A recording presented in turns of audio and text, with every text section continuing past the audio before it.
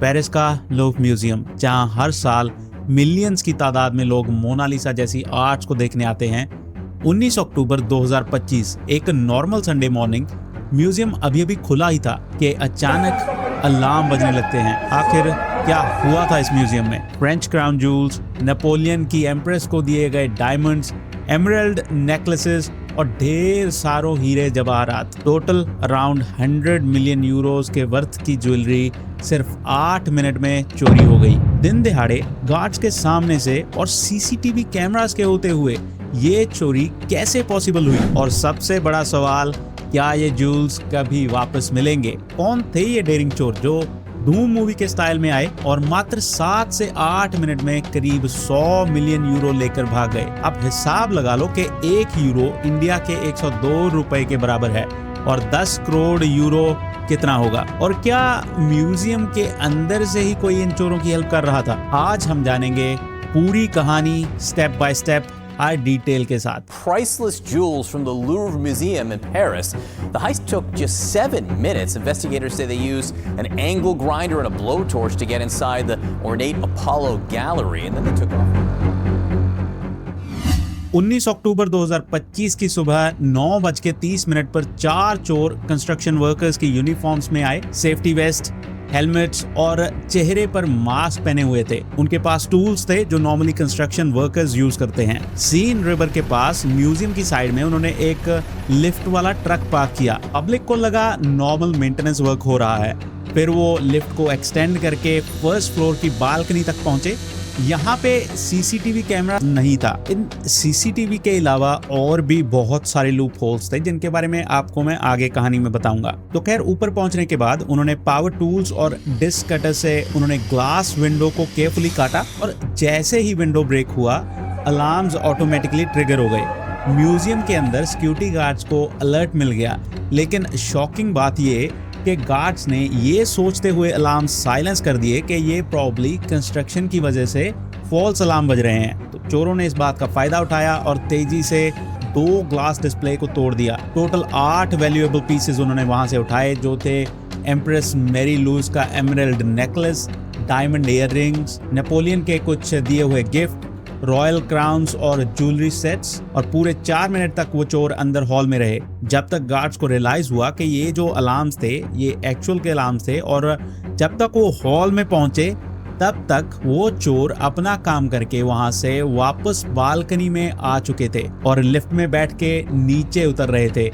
एक crown accidentally उनके हाथ से नीचे गिर गया और ये वही पीस था जो पुलिस को एविडेंस के रूप में मिला। फिर चोरों ने लिफ्ट की बास्केट में आग लगाने की कोशिश की ताकि फिंगरप्रिंट्स और डीएनए एविडेंस जल जाए, लेकिन वो पूरी तरह सक्सेसफुल नहीं हुए। ग्राउंड पे उनके 2 और साथी यामाहा स्कूटर्स लेकर रेडी थे। चोर स्कूटर्स पे बैठे और सेन रिवर बैंक से एक हाईवे तक गए और फिर A6 एक्सप्रेसवे से पेरिस के बाहर निकल गए। इस सारे काम को अंजाम देने के लिए इन चोरों को 7 से 8 मिनट लगे। अब सवाल ये उठता है कि उन्होंने भागने के लिए सिर्फ स्कूटर्स का ही क्यों इस्तेमाल किया? पेरिस की नैरो क्राउडेड स्ट्रीट्स में स्कूटर्स बहुत फास्ट मूव कर सकती हैं और ये यामाहा के स्कूटर्स कोई आम स्कूटर्स नहीं बल्कि तेज तरार भागने वाले स्पोर्ट्स टाइप के स्कूटर्स हैं। पेरिस में क्रिमिनल्स इनको बहुत कॉमनली यूज करते हैं क्योंकि पुलिस कार से तंग गलियों में घुस के पीछा छुड़ाना इजी है। अब जब पुलिस क्राइम सीन पर पहुंची तो उनको क्या क्या एविडेंसेस वहां पर मिले?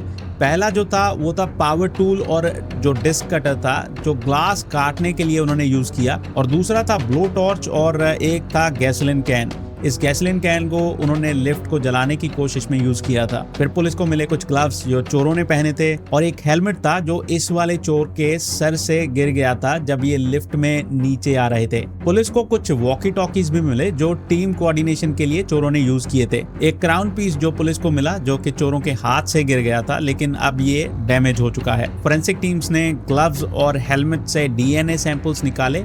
ये सैंपल्स नेशनल क्राइम डाटाबेस में मैच किए गए। म्यूजियम के जो भी लिमिटेड कैमरास थे उनकी फुटेज को भी खंगाला गया। चोरों के चेहरे मास्क से ढके थे, लेकिन बॉडी लैंग्वेज, उनकी हाइट और मूवमेंट से पैटर्न्स आइडेंटिफाई किए गए। स्ट्रीट कैमरास और आसपास की जो दुकानें थी उनके सीसीटीवी फुटेज को भी खंगाला गया ताकि उनका एस्केप रूट ट्रेस किया जा सके। और चोरी के एक दिन बाद स्टोलन ज्वेल्स को इंटरपोल के stolen works of art database में ऐड कर दिया गया। इसका मतलब दुनिया भर की पुलिस और कस्टम ऑफिशियल्स को अलर्ट मिल गया कि अगर ये आइटम्स कहीं भी सरफेस करें तुरंत रिपोर्ट किया जाए। अब जो लिफ्ट वाला ट्रक इस चोरी में यूज हुआ उसको इन चोरों ने चोरी से एक दिन पहले एक कंस्ट्रक्शन साइट से चुराया था। और ये जो लोव म्यूजियम है इसकी सिक्योरिटी में बहुत सारे लूप होल्स थे जिसके बारे में इनकी मैनेजमेंट अवेयर थी। कुछ महीने पहले म्यूजियम डायरेक्टर लॉरेंस ने खुद पेरिस पुलिस से ऑडिट करवाया था। इस ऑडिट रिपोर्ट में क्लियरली बताया गया था कि बिल्डिंग के कुछ एक्सटीरियर पार्ट्स, स्पेशली ये बालकनी साइड,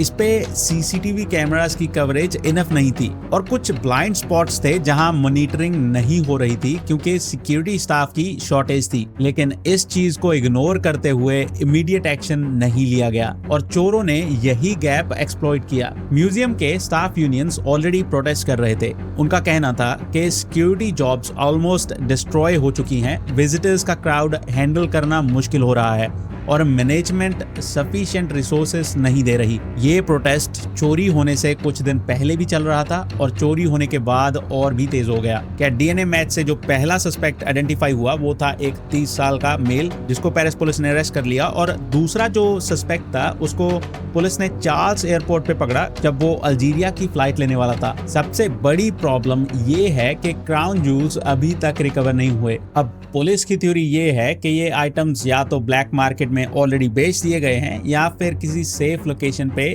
छुपा के रखे गए हैं ताकि जब ये बात ठंडी हो तब उनको बेचा जा सके। लेकिन इन ज्वेल्स को ब्लैक मार्केट में भी बेचना एक नेक्स्ट टू इम्पॉसिबल बात है।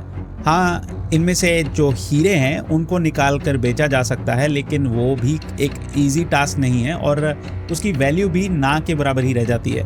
प्रॉब्ली आपके भी मन में एक सवाल जरूर आ रहा होगा कि इतनी तगड़ी प्लानिंग करने वाले लोग इतने फुद्दू तो नहीं हो सकते कि उनको पता ही ना हो कि इन हीरे जवाहरात को बेचना एक इम्पॉसिबल टास्क होगा। तो फिर उनका चोरी करने का मोटिव क्या था?